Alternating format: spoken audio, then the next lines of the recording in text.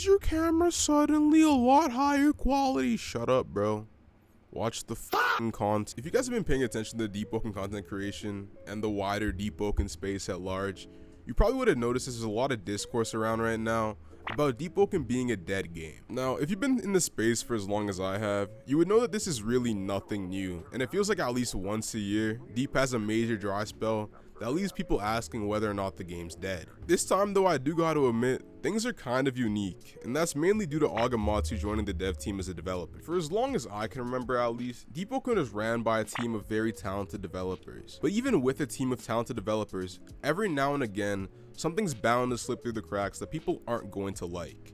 And unless a developer came forward and took ownership over that content, there was no real centralized figure to blame for that content. With Agamatsu on the team now though, he's become kind of a punching bag or a scapegoat for people's petty grievances with Deepwoken, no matter how small or big they are. The thing is though, Deepwoken's problems didn't start with Agamatsu, and I think it's genuinely counterproductive to pretend like they're gonna end with Agamatsu. I do, on the same note though, think it's pretty stupid to pretend like he's done nothing. Since Agamatsu joined the team, there's been changes made to progression and Shrine of Order in an attempt to make the game more approachable to like a more casual audience. But at the same time, there's been insane endgame content like Parliament and Elder Primadon meant to appeal to hardcore players, and it just left the game feeling very confused at what it wants itself to be at this point. And the truth is, nobody wants to play a confused game. Today, I want to take the time to talk about the identity of Deepwoken, specifically what Deepwoken is right now and what the devs are trying to turn Deepwoken into. I also want to touch on why the game feels so stagnated right now, and although we get new content every single week,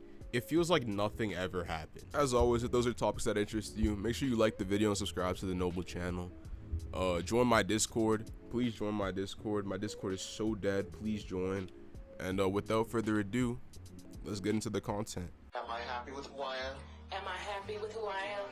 Am I happy with the people around me? Am I happy with the people around me? I know this is some stupid nerd shit, and I'm sorry for doing it again, but I want to start this video off with a definition. Identity refers to the fact of being who or what a person or thing is. An identity, especially in the world of gaming, is an incredibly important part of a game. It's what defines the experience, shapes the community, and keeps people coming back to the game. Without an identity, a game kind of just exists, floating around, chasing trends, trying to appeal to everybody. But ironically, games like that in the end typically appeal to nobody. Deepwoken's identity, for as long as I can remember at least, was a hardcore permadeath RPG, which is something that you don't really see on Roblox like at all. But lately, at least to me, it feels like that identity has kind of been slipping. Deepwoken, at least in my opinion, was at its best when it leaned into its hardcore elements. Finishing your first Power 60 build wasn't cathartic because it was easy. It was cathartic because you spent your first 20 hours on the game getting farmed by players and mobs alike. That was Deepwoken at its purest, in my opinion. But if we're all being honest with ourselves, that version of Deepwoken doesn't really exist anymore.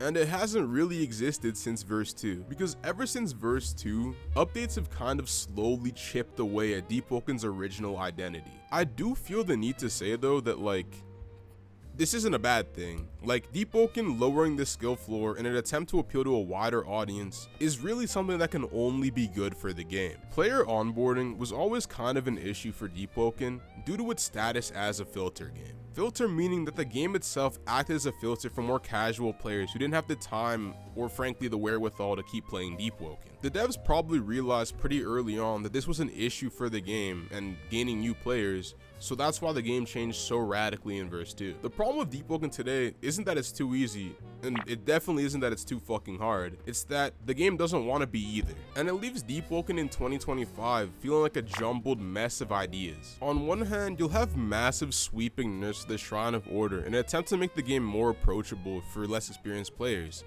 But on the other side of the same coin, you'll have massively unforgiving endgame content like Elder Primadon or Parliament, and you'll also have insane high fantasy talents like Sage of Wisps. In an attempt to open up Deepwoken to a wider audience, the devs have created a contradiction for themselves.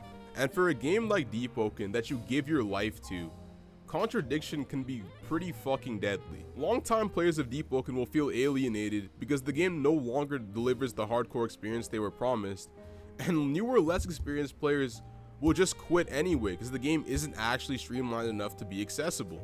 I want to make one thing extremely clear though. Shitty dogshit weapons and updates like the Yeasley's Pirate Keeper and the Rock the Boat update aren't the disease.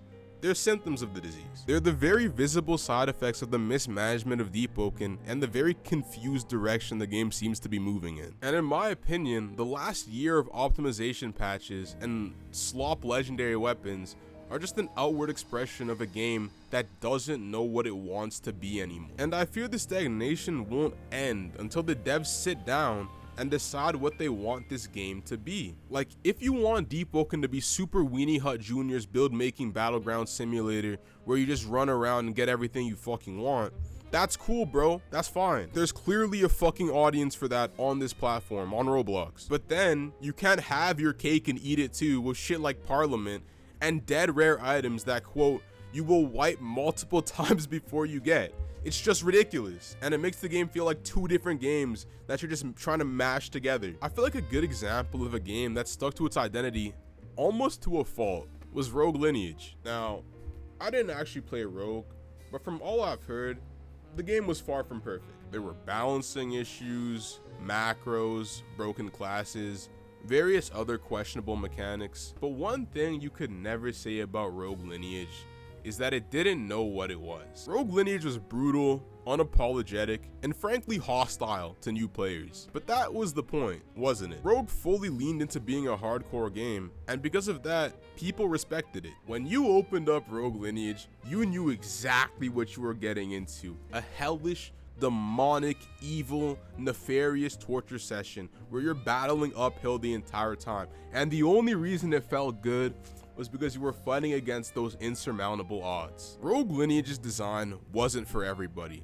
and it most definitely did not appeal and was not popular with everybody. But the people who loved Rogue Lineage truly loved Rogue Lineage, and the passion that they had for the game is why it's remembered in legend status on this platform today. I can understand that as a spiritual successor to Rogue Lineage, the developers didn't want Deepwoken to fall into the same pitfalls as Rogue, like the dogshit balancing, the toxicity, and the total lack of accessibility for new players. But in its desperate bid to avoid becoming Rogue Lineage 2, Deepwoken has put itself into this kind of limbo situation. It's not nearly as punishing as Rogue was, but it's not really willing to fully commit to being approachable either. In an attempt to avoid repeating the sins of its father, Deepwoken lost its sense of direction entirely, and in my opinion, that's a much bigger issue than whatever the fuck was going on with Rogue. I think I've made my point about Deepwoken's identity pretty clear, but I haven't really directly answered the question of whether or not Agamatsu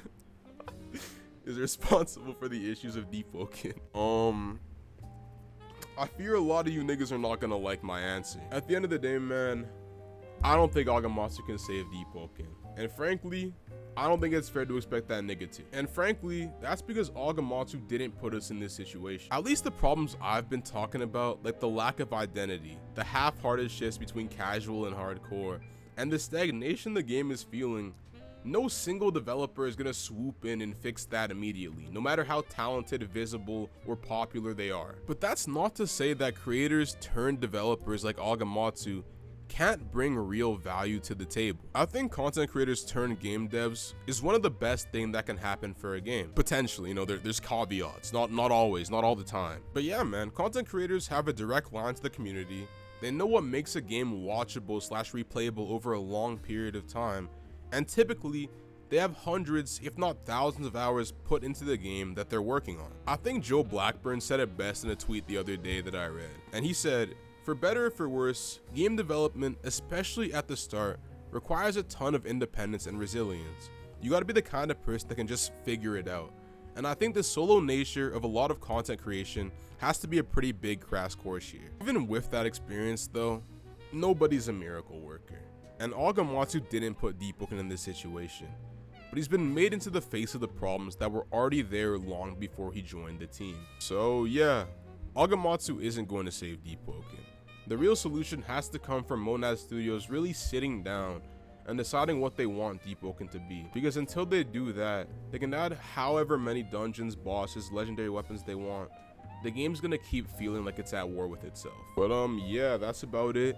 Like and subscribe to the Noble channel. We're gonna hit 6K.